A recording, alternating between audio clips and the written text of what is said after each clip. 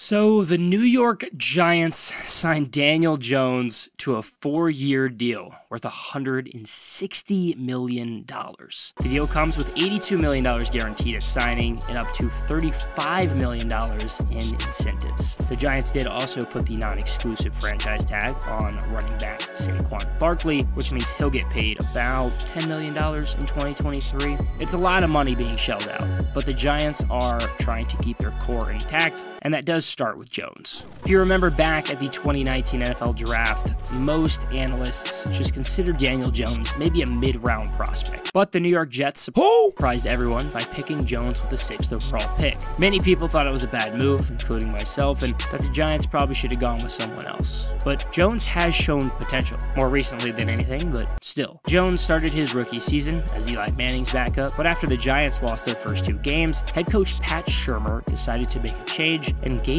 Jones his first start in week 3. Jones ended up playing pretty well. He threw for 336 yards and 2 touchdowns in a comeback win over the Tampa Bay Buccaneers. He even ended up being named the NFC Offensive Player of the Week. Jones started in 12 games in his rookie season, throwing for 3,027 yards, 24 touchdowns, and 12 interceptions. He did have some trouble with turnovers, but he ended up showing promise in other areas like his ability to actually run with the ball. In his second season, Jones continued to show some promise, but he had, again, issues with turnovers. He started 14 games, threw for just less than 3,000 yards, 11 touchdowns, and 10 interceptions. Jones missed 2 games due to injury, but he did come back in week 16, and he led the Giants in a win over the Dallas Cowboys by throwing for 229 yards and 2 touchdowns. Even though the Giants went 6-10, Jones did improve in a lot of areas: his completion percentage, yards per attempt, and passer rating. He also showed that he could still run the ball, rushing for 423 yards and a touchdown.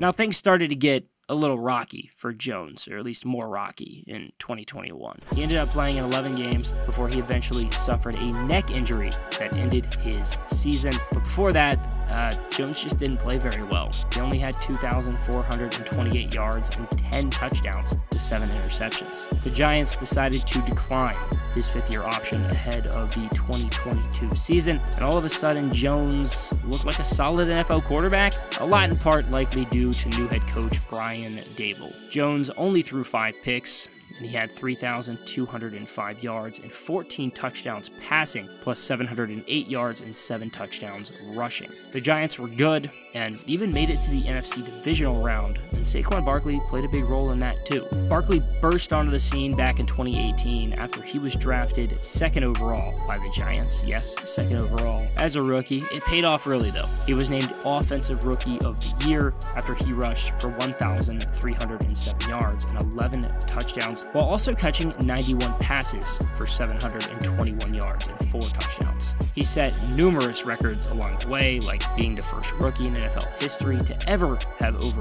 2,000 yards from scrimmage, and breaking Reggie Bush's record for most receptions by a rookie running back. Barkley's sophomore season, he saw a couple of injuries, and he did miss 3 games due to a high ankle sprain, but he did still manage to rush for over 1,000 yards and 6 touchdowns, while he caught over 50 passes for 438 yards and 2 touchdowns. Then the following season, well, he didn't play much. He suffered a torn ACL in week 2, and he had to miss the rest of the year. Barkley did return healthy in 2021, but he ended up just falling flat. He had less than 600 rushing yards and only had 2 rushing touchdowns. It appeared that it was going to be a rough way back up to relevancy in his career, but he went for a career high 1,312 rushing yards and had 10 touchdowns in 2022. He got the tag, and who knows what the future looks like for him, but the Giants do have to keep him in New York. The Giants obviously were going to have a very busy offseason, and at the end of the day, they did need to do whatever they could to keep both Daniel Jones and Saquon Barkley in the building. The question now is whether or not they did that the right way, and I think there are a lot of concerns to have with the Giants. I think there's a lot of reasons to be concerned about both Daniel Jones and Saquon Barkley. But first, I want to start with last year. The Giants completely exceeded exceeded expectations. And I think Brian Daboll did such a good job as the head coach that they were able to exceed those. And I think that shows a lot of good steps towards the future. And now it comes to actually putting those pieces around, because them beating the Vikings, moving on, they won a playoff game last year. I thought they were going to be one of the worst teams in football, and clearly I was very wrong. First and foremost, the Daniel Jones contract. I have very, very mixed feelings about it. Daniel Jones is not a player I particularly feel is very good. I think he's a fine quarterback. I'm sure he's top 32 in the NFL. The problem is that he might be like 30. He's obviously not worth $45 million a year. I don't think you're going to find anybody that thinks Daniel Jones is worth $45 million a year, but you got to look a little bit more into the contract, and that's why I don't absolutely mind it, is because when you break down the contract, the Giants can get out of it in pretty much 2 years. And what's the alternative to having Daniel Jones? Signing like Marcus Mariota or Derek Carr? Well, at that point, I'd rather ride it out with Daniel Jones, who already knows the system, succeeded well last year. So I think sticking with Daniel Jones is the right call in this situation. And I know the money figure looks really big, looks really scary.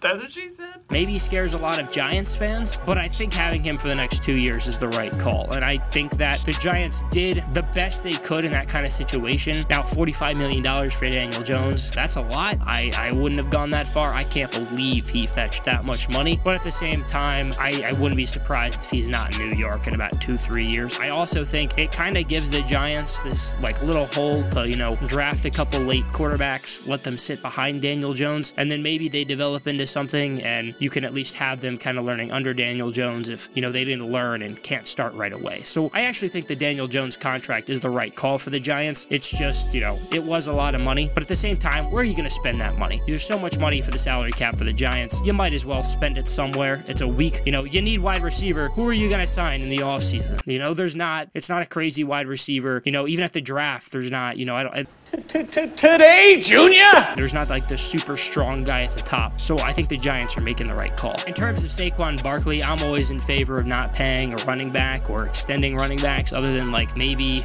nobody. I mean, look at Derrick Henry, who dominated the NFL. Now they're trying to trade him because, you know, it's not worth having him on, you know, making that much money or doing that. Maybe Christian McCaffrey kind of is, but he just spent 2 years hurt. Saquon Barkley has been hurt. He spent a lot of times hurt. It's not somebody I would extend for the long term. I think you're better off just, you know, grabbing a random running back in the draft. This running back draft, like most, is very, very deep, and you can find a good guy. I'd expect the Giants to probably take a guy like that. But Saquon Barkley at $10 million, again, you gotta have weapons for Daniel Jones. Who's Daniel Jones gonna throw the ball to? Who's he gonna dump it off to? Your wide receivers stink. Cups of the rose.